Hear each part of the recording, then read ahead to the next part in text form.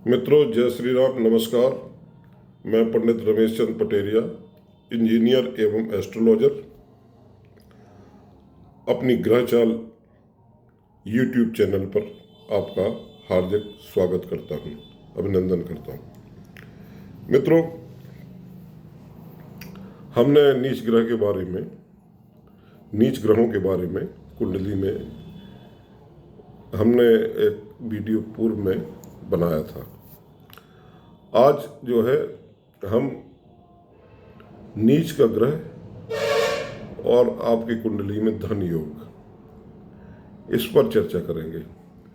आज के इस टॉपिक को सुनने के बाद आपकी सारी भ्रांतियां जो है नीच के ग्रह के बारे में दूर हो जाएंगी।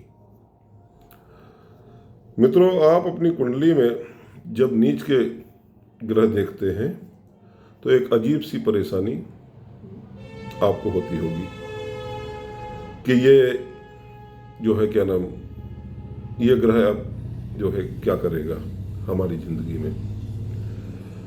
कभी कभी आपने सोचा होगा कि आपकी कुंडली का नीच का ग्रह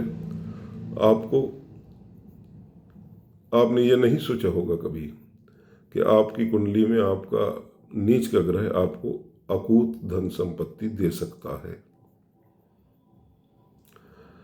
जैसे नीच के ग्रह आपको जो है कैसे धनवान बनाते हैं, आज इस विषय पर हम चर्चा करेंगे। आप लोगों ने अपने मन में जो है वो इतनी भ्रांतियां बना रखी हैं कि कुंडली में किसी एक चीज को देख करके आप परेशान हो जाते हैं। अगर आपकी कुंडली के कुछ विशेष स्थानों पर नीच के ग्रह बैठे हैं तो वो ये दर्शाते हैं कि आप अपने जीवन में बड़ी धन संपदा इकट्ठी करने वाले हैं और आप लक्ष्मीवान आपका बनना निश्चित है। बात सिर्फ इतनी नहीं है कि उन ग्रहों वो ग्रह जो है अपनी दशा और अंतर्दशा में जो है वो प्रभाव डालेंगे, इसको समझने की आवश्यकता है। सबसे पहली बात यह है कि यदि आपकी कुंडली में भाव संख्या 3, यह कुंडली है, भाव संख्या 3, 1 2 3, 6 4 5 6, 8 7 8, 11 9 10 11, ये भाव क्या है? ये उपचय भाव कहे गए हैं, वृद्धि के भाव कहे गए हैं। तो आपकी कुंडली में आपको देखना है कि आपके भाव संख्या 3 6 8 और 11 में कोई नीच का ग्रह तो नहीं बैठा। उस ग्रह अगर बैठा है तो उस ग्रह ने ये ठान लिया है, ये निश्चित मानिए कि आपको बहुत जो है वो धनवान बनाने आया है। ये बात हमेशा जो है ध्यान रखिए कि जब हम भाव संख्या 3 6 8 और 11 वाला सूत्र लगाते हैं तो उस नीच के ग्रह को कोई और ग्रह जो है डिस्टर्ब ना कर रहा हो, यानी उसके साथ कोई अन्य और ग्रह ना बैठा हो या उस पर किसी की दृष्टि न पड़ रही हो। अगर थोड़ी बहुत दृष्टि पड़े तो किसी शुभ ग्रह की पड़े तो ठीक है, लेकिन अशुभ ग्रहों की या क्रूर ग्रहों की दृष्टि उस पर ना पड़ रही हो, ये जो है समझने की जरूरत है। अगर जो है अच्छा योग बन रहा हो तो शुभ ग्रहों का जो है कम प्रभाव, और अगर बुरा योग बन रहा हो तो अधिक प्रभाव की आवश्यकता होती है। अगर जो है अच्छा योग बन रहा है तो थोड़ा शुभ प्रभाव कम भी प्रभाव डालेंगे तो कोई, और अगर बुरा योग बन रहा है, दुर्योग बन रहा है, तो फिर शुभ ग्रहों की अधिक जो है प्रभावी होने की या अधिक जरूरत पड़ती है, तब ये ग्रह जो है अच्छे फल देगा। अब बात होगी कि कौन कौन से जो है स्थानों पर कौन से ग्रह बैठे हैं। माना कि आपके तीसरे घर में मीन जो है क्या राशि पड़ी हुई है, यानी आपकी मकर लग्न की कुंडली है, यानी मकर लग्न 10 नंबर हुई, 10 नंबर कुंडली का यहाँ पड़ा हुआ है। तो 10 के बाद 11, 12, 11 वो 10 के बाद 11 और 12, ये तीसरा हाउस हुआ। तो यहाँ मीन राशि आई। तो अब जो है तीसरे घर में जो है मीन राशि पड़ी है और इसमें बुध जो है नीच का होकर के बैठ गया है। और ये बुध आपके 9वें घर का मालिक है। क्यों? बुध की जो है यहाँ पर राशि संख्या आई 11, 12, 1, 2, 3, 4, 5, 6, ये आई 1। अब इससे 1 से गिनेंगे हम, 1, 2, 3, 4, 5, 6, 7। तो इसकी यहाँ ये 7वीं दृष्टि पड़ी।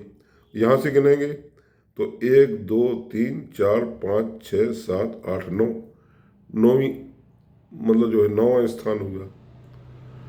तो यहाँ पर क्या हुआ कि बुध जो है भाग्य खोलने वाला हो गया, क्योंकि 9वां स्थान हमारा भाग्य का है। तो बुध आपके 9वें घर का मालिक बन गया, क्योंकि 6 नंबर राशि वहां आएगी। अच्छा, और 9th हाउस का मालिक तीसरे घर में नीच का होकर बैठ गया है। तो ये ग्रह क्या करेगा? अपनी दशा अंतर्दशा में बहुत धन संपदा दे सकता है। आपके जीवन में बहुत से काम जो है आसान होते चले जाएंगे इसके यहाँ बैठने से, बुध के यहाँ से बैठने पर। क्यों? क्योंकि जो है ये ग्रह योग जो है आपको बता रहे हैं महारानी एलिजाबेथ की कुंडली में है, जो है उनको एक अखंड राज्य मिला। क्योंकि भाग्येश तीसरे घर में नीच का हुआ है, और अगर यही भाग्येश 10वें घर में नीच का हो तो क्या होगा? अगर ये 10वें घर में नीच का होगा तो वो अच्छे फल नहीं देगा। यानी यही जो भाग्येश है, यानी 6 नंबर का स्वामी बुध अगर यहाँ बैठ जाएगा 10वें घर में, तो ये 10 से ये 12वां स्थान हुआ, तो यहाँ अच्छा नहीं करेगा। समझ नहीं मतलब।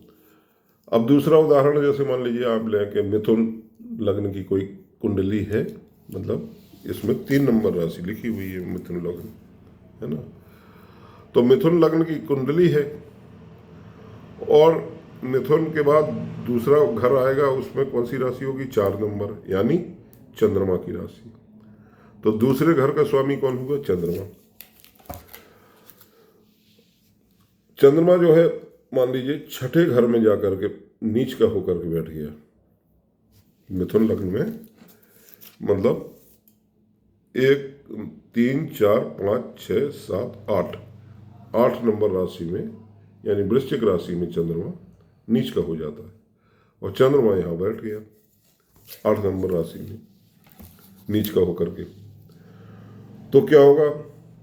चंद्रमा जो कि मतलब ये धन भाव का मालिक है, यानी दूसरे घर में जो है इसकी 4 नंबर राशि लिखी हुई है, तो ये यहाँ का स्वामी हुआ, तो ये धन भाव का मालिक है, और जाकर बैठ गया कहाँ? ये 6ठे घर में। तो मतलब जो है क्या नाम, ये क्या करेगा? ये अकूत संपदा देगा आपको। क्यों देगा? क्योंकि ये चंद्रमा जो है यहां पर बैठ गया और ये सूर्य इशारा करता है, यानी इस चंद्रमा पर लेकिन किसी अन्य ग्रह का प्रभाव नहीं होना चाहिए। ये समझने की बात है मित्रों। तो किसी की दृष्टि भी नहीं होना चाहिए। अब यदि उस पर शनि की भी दृष्टि आ गई या बृहस्पति की भी दृष्टि आ गई, तब जो है जज करना मुश्किल होगा, क्योंकि 2-2 ग्रह देख रहे हैं। तो अकेला चंद्रमा यहां पर ठीक होगा, ये मतलब ध्यान रखना है। इसी तरह से तीसरे भाव में, 6वें भाव में, 8वें भाव में और 11वें भाव में यदि 8वें भाव में नीच का ग्रह है तो क्या है, वो छुपा हुआ धन देगा। आपको हो सकता है ससुराल से धन मिल जाए अचानक, या किसी और की संपत्ति आपको अचानक मिल जाए। और जो है कन्या लग्न की अगर कुंडली है, मान लीजिए आपकी लग्न में 6 नंबर राशि लिखी हुई है, कन्या राशि, कन्या लग्न की कुंडली है, तो ये कन्या हुई 6, 1 2 3 4 5 6 7 8 9 10 11, यानी ये जो है 11वां भाव लाभ का भाव हुआ।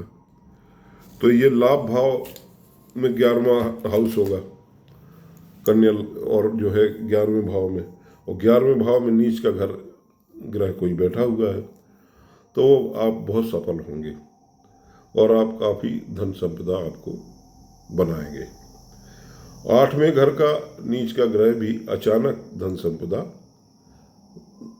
अपनी दशा या अंतरदशा में दिलवा सकता है।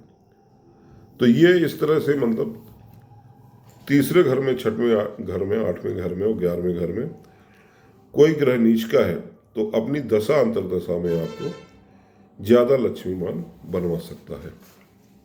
अब दूसरी बात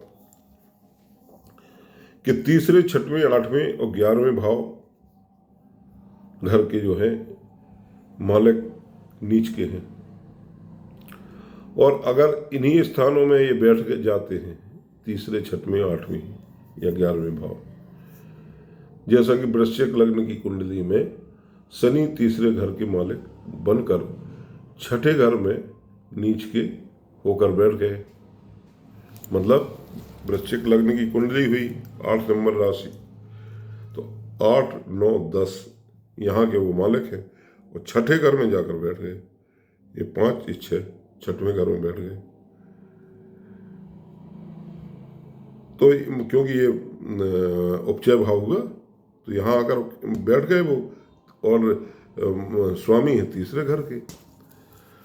तो मतलब जो है अगर ये इस तरह से बैठ गए तो ये भी अकूत धन संपदा आपको देंगे।